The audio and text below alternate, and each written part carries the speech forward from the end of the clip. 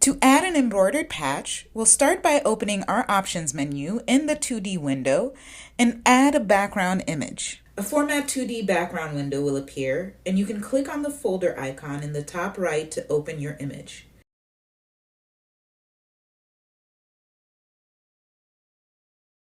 From there, you can rescale, rotate, or change the opacity. When you're done, select OK to return to your workspace. To create the patch, you will have to trace your image and turn it into a separate pattern that you will stitch on top of your garment. Use the polygon line tool to do this.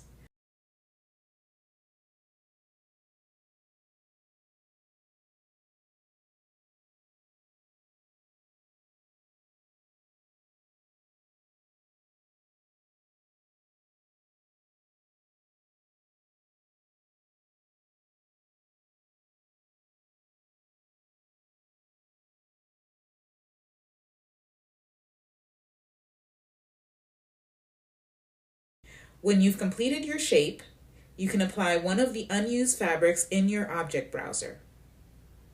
Remember, this is temporary and we will be changing it later on.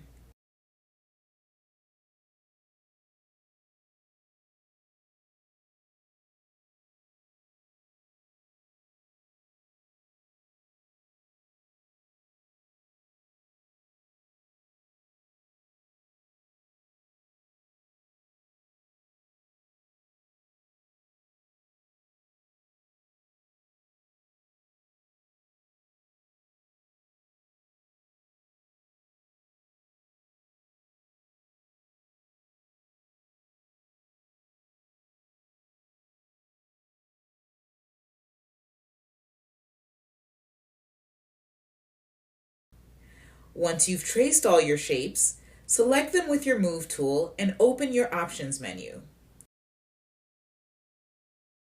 You're going to have to clone as internal shape onto your garment in order to position them properly. But you'll also use them as the internal lines that you will need to stitch your shapes to your garment. You can use either stitch tool to do so.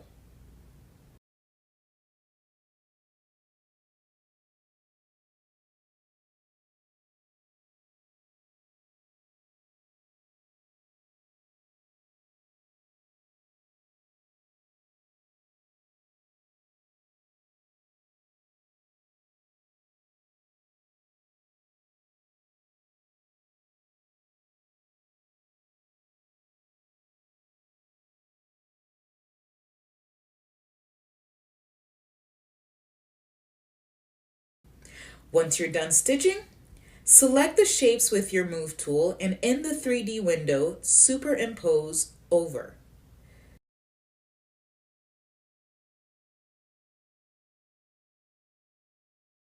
That looks great. Now, let's find the right fabric to really give it the texture of an embroidered patch. In your fabric library, find one of the Sherpa fleece fabrics and drag it right on top of your current fabric in the object browser.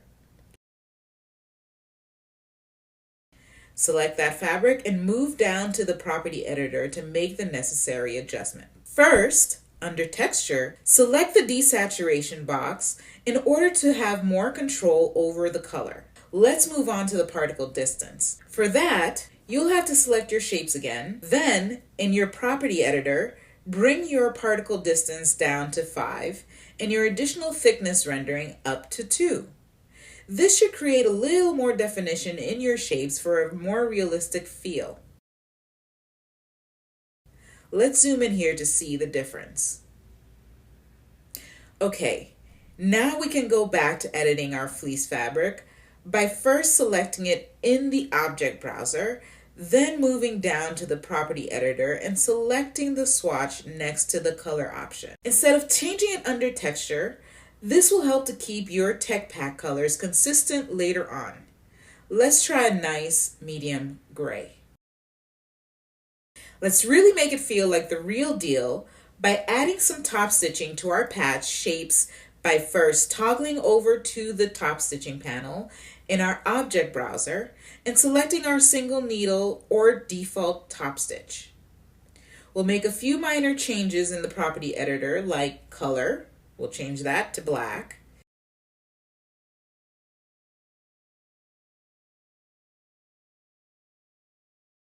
And offset. That will give us a much more realistic feel overall.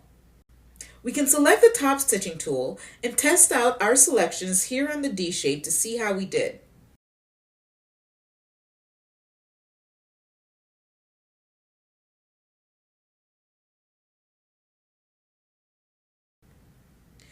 Our thread feels a little bit thin, so let's thicken it here in the property editor by bringing thread thickness up to 80.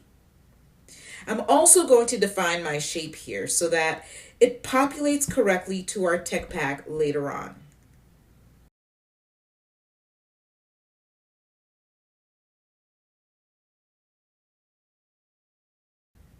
This changed our thread to white, but guess what? I actually like that a lot better. It's a great contrast to the gray.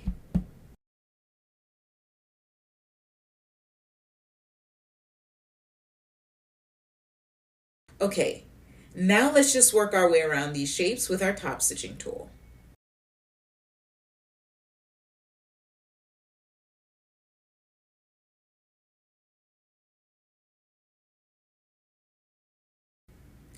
Gorgeous. And that, ladies and gents, is how you make an embroidered patch in 3D.